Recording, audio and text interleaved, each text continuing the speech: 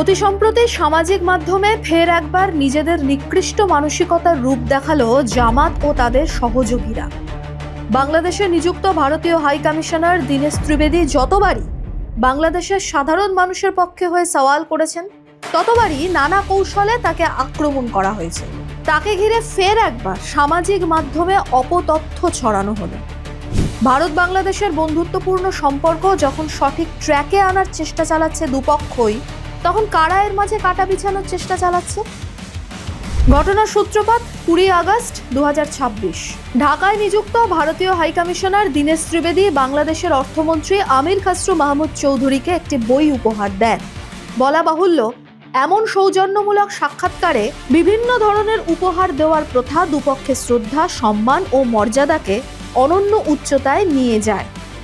ভারতীয় high commissioner Dinesh ত্রিবেদীর আমির খসরুকে যে বইটি দিয়েছেন সেটি হলো কৌটিল্যের অর্থশাস্ত্র। প্রায় 2000 বছর আগে লেখা এই বই আজ শুধুমাত্র একটি সামান্য পুস্তক নয়, এটি আন্তর্জাতিক স্তরে গবেষণার অন্যতম আখড়ও বটে। এই বিশ্ববিখ্যাত বইতেই রয়েছে একজন আদর্শ রাজা কিভাবে রাষ্ট্র পরিচালনা করবে, সামাজিক কাঠামো, অর্থনীতি, শিল্প, নগরোন্নয়ন, সার্বিক রাষ্ট্রনীতি থেকে বিদেশ নীতি কিভাবে পরিচালিত করা উচিত, এমনকি বিদেশি শত্রুর আক্রমণ থেকে রাষ্ট্রকে রক্ষা করতে একজন আদর্শ রাজা ও তার সভাসদের কি করণীয়। এই বই আজও সারা বিশ্বের সমকালীন ইউরোপ, আমেরিকার বহু কলেজ, বিশ্ববিদ্যালয়ে সিলেবাসে অন্তর্ভুক্ত করা হয়, এমনকি গবেষণাও চলছে। এখন প্রশ্ন, ভারতীয় হাই কমিশনার দীনেশ ত্রিবেদী বাংলাদেশের অর্থমন্ত্রীর হাতে এই বই তুলে দেওয়ায় কারা বিতর্ক তুলছে এবং তাদের উদ্দেশ্যই বা কি? তারা কোন মিসলিডিং তথ্য জনগণের মধ্যে ছড়াচ্ছে? ভারতীয় হাই কমিশনার যে বইটি দিয়েছেন সেটি আন্তর্জাতিক স্তরে বিখ্যাত প্রকাশক সংস্থা পেঙ্গুইনের। এই ডিলাক্স এডিশনের বইয়ের প্রচ্ছদে লেখা রয়েছে, education is the best friend and educated person is respected everywhere. ভালো করে দেখলেন তো?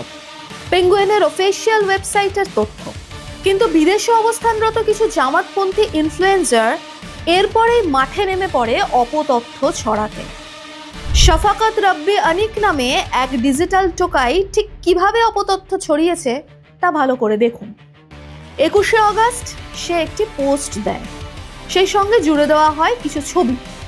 আপাত দৃষ্টিতে দেখলে মনে হবে দীনেশ ত্রিবেদী যে বইটি দিচ্ছেন আর তার সঙ্গে বড় করে যে বইটির ছবি দেওয়া আছে দুটি এক। এবার এক্সপোজ করা যাক দুটি চিত্রকে।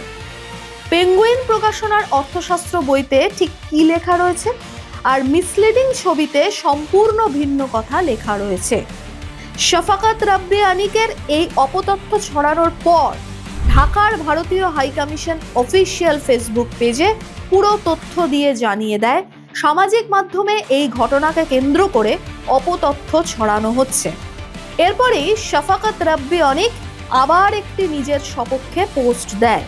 দাবি করা হয় সেই ঠিক প্রমাণস্বরূপ তুলে ধরা হয় অনলাইন শপিং স্টোর অ্যামাজনে লিস্টিং করা অর্থশাস্ত্র বইয়ের স্ক্রিনশট। আর এই তথ্য আমাদের তরফে যখন ভেরিফাই করি উঠে আসে ভয়ঙ্কর তথ্য। শফাকত রব্বি আনিক যে ডাহা মিথ্যা কথা বলছে সেটি প্রমাণিত হয়। আপনারাও দেখুন সেই তথ্য। অনিকের তথ্যসূত্র অনুসারে আমরাও অ্যামাজনে এই বই সার্চ করি, তখন তার দেওয়া তথ্যের বইয়ের খোঁজ মেলে। সেটি খুঁটিয়ে দেখতে গিয়ে পাই বইটির প্রকাশক হচ্ছে ফিঙ্গারপ্রিন্ট। এবার ফিঙ্গারপ্রিন্ট পাবলিকেশনের অফিসিয়াল ওয়েবসাইটে গিয়ে যখন এই প্রচ্ছদের বই খোঁজার চেষ্টা করি, তখন তারা যে তথ্য আমাদের সামনে তুলে ধরে তাও চমকে দেওয়ার মতো। কৌটিল্যের অর্থশাস্ত্রের বই তাদের রয়েছে, তবে সেটি তামিল ভাষায় এবং তার প্রচ্ছদ সম্পূর্ণ আলাদা। তাহলে ছবিটা কি দাঁড়াচ্ছে? যে বইয়ের প্রচ্ছদকে সামনে রেখে অনেক অপতথ্য ছড়ানোর চেষ্টা চালাচ্ছে সেটি ভুয়ো। হ্যাঁ, আরও তথ্য দিয়ে রাখি এই সংক্রান্ত। বছর দুয়েক আগে দিল্লি হাইকোর্ট বেশ কিছু নামী প্রকাশন সংস্থা মামলা করে অ্যামাজন, ফ্লিপকার্টের মতো বড় অনলাইন স্টোরগুলির বিরুদ্ধে। অভিযোগ জানানো হয় তাদের প্রকাশনার বইগুলির নকল করে অনলাইনে বিক্রি করছে বেশ কিছু জালি ভুয়া প্রকাশক সংস্থা। সেই সমস্ত সংস্থাকে ব্লক করার নির্দেশ দিয়েছিল দিল্লি হাইকোর্ট। প্রশ্ন হচ্ছে, সাফাকাত রাব্বি অনিকের মতো ডিজিটাল টোকাইরা দুই দেশের সম্পর্ক নষ্ট করতে আচমকা মাঠে নেমেছে কেন? কারণ দুই দেশের সম্পর্ক ধীরে ধীরে হলেও ভালো হচ্ছে। দুটি প্রতিবেশী রাষ্ট্র সুস্থ স্বাভাবিক ছন্দে যখন এগোচ্ছে, সেটি ভাঙতেই নানা ষড়যন্ত্র করা হচ্ছে।